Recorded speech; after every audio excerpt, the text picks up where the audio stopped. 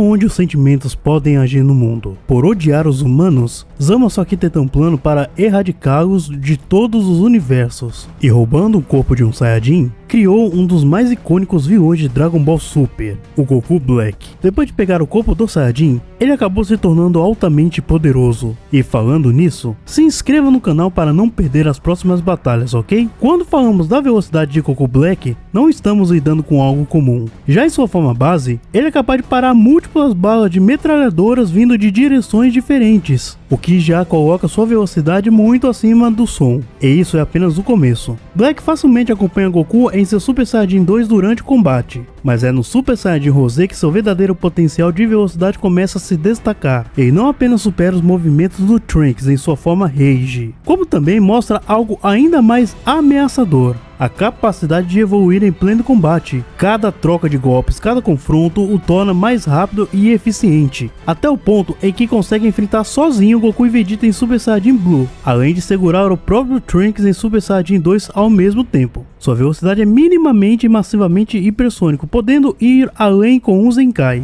A resistência de Goku Black é simplesmente monstruosa. Mesmo em sua forma base, sua durabilidade já se encontrava em escalas de múltiplos sistemas solares. Isso porque, mesmo com todos os seus esforços e melhores ataques, o Trunks do futuro em Super Saiyajin 2 não conseguiu sequer feri-lo. Quando ascende ao Super Saiyajin e consegue suportar golpes físicos de Vegeta em Super Saiyajin Blue. Lembrando que apenas os efeitos colaterais desses ataques físicos já eram capazes de devastar partes de cidades inteiras. E esse mesmo Vegeta, em seu auge nesse momento da história, já estava em escalas universais no mínimo, sendo muito superior ao Goku que lutou contra Bills. Como ele possui o corpo de Goku, também compartilha de suas vulnerabilidades. Porém, em combate, isso se torna quase irrelevante, já que balas comuns simplesmente não o afetam. Em seu ápice, Goku Black demonstrou uma resistência insana, sendo capaz de suportar os ataques mais poderosos de Goku e Vegeta em Super Saiyajin Blue, além de Trunks em modo Rage. E não podemos esquecer, esses guerreiros estavam crescendo constantemente a cada confronto, alcançando patamares tão altos que o próprio Vegeta em sua forma base já havia atingido o nível de um Super Saiyajin 3 da Era Z. Uma das armas mais letais de Goku Black é a Lâmina de Ki, uma projeção de energia tão afiada que consegue ferir diretamente Goku e Vegeta em Super Saiyajin Blue, guerreiros que possuem corpos capazes de resistir a golpes que abalam o cosmos. Essa técnica não se limita apenas ao corpo a corpo. Black pode disparar múltiplas lâminas em sequência. Cada uma delas carrega uma explosão devastadora, sendo capaz de até derrubar Goku em pleno Super Saiyajin Blue. Mas o ápice desse poder se revela quando Black concentra todo o seu ódio e instinto assassino em uma transformação ainda mais aterrorizante: a criação da sua foice de energia.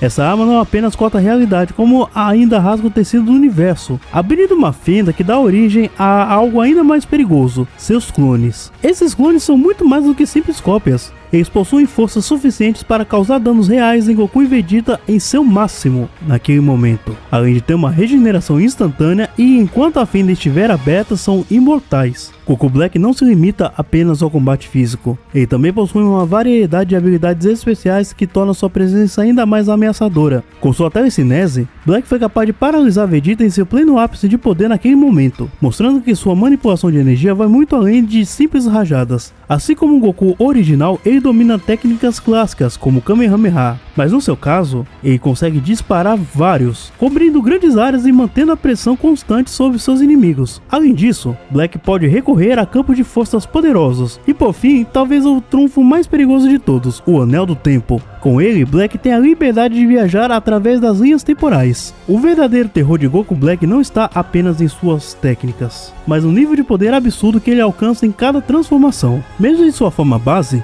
Black já afirmava ter destruído planetas inteiros, mas sua escala vai muito além disso, e é claramente superior ao Trunks do futuro, até mesmo em seu Super Saiyajin 2. E vale lembrar, esse mesmo Trunks foi capaz de lutar de igual para igual com Goku em Super Saiyajin 3, após o torneio do Champa. Isso já coloca Black, mesmo sem se transformar, em níveis de múltiplos sistemas solares. Quando ascende ao Super Saiyajin, sua força alcança patamares universais ou até superior, já que consegue lutar contra o Vegeta em Super Saiyajin Blue. E estamos estamos falando de um Vegeta que por si só já era pelo menos 50 vezes mais poderoso que o Goku que enfrentou Bills, numa luta cuja energia repercutiu por todo o macrocosmo. E quando desperta o Super Saiyajin Rosé, Goku Black atinge outro nível completamente diferente. Seu poder se eleva em escalas de baixo multiversal, superando não apenas o Goku e Vegeta em Blue, mas também o Trunks em Rage, mesmo quando todos estavam ampliando seu poder constantemente. O fator mais assustador, porém, é o Zenkai acelerado do Black.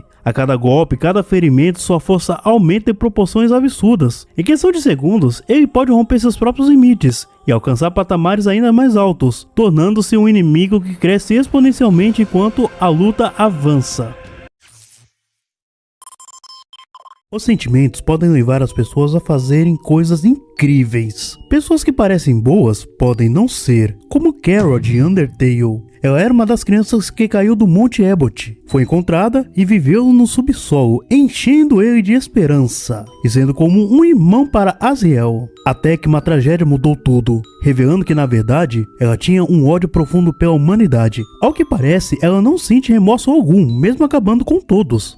A velocidade de Carol é um ponto que abre muitas discussões. Em primeiro nível, ela pode ser colocada em escalas massivamente persônicas, já que é como Frisk, que demonstra a capacidade de desviar de meteoros e até ataques de raio. Mas o que realmente impressiona é como Carol vai além das próprias leis da física. Mesmo após a destruição do jogo, ela continua a se mover e agir no vácuo do espaço da realidade, o que indica que noções de tempo, espaço e velocidade não seguem mais parâmetros convencionais. Nessa perspectiva, Carol pode operar em velocidade infinita, pois sua existência não se prende às regras de um universo limitado. A durabilidade de Carol é algo que desafia completamente a lógica tradicional de combate. Para começar, por dividir características com Frisk, ela deve ser capaz de suportar ataques de Aziel Dreamer, um ser descrito com poderes infinitos e que chega a ameaçar a própria estrutura da realidade. Mas o que realmente torna sua resistência absurda é o fator do save e load. Assim como Frisk, Carol pode simplesmente retornar a um ponto anterior mesmo após ser morta,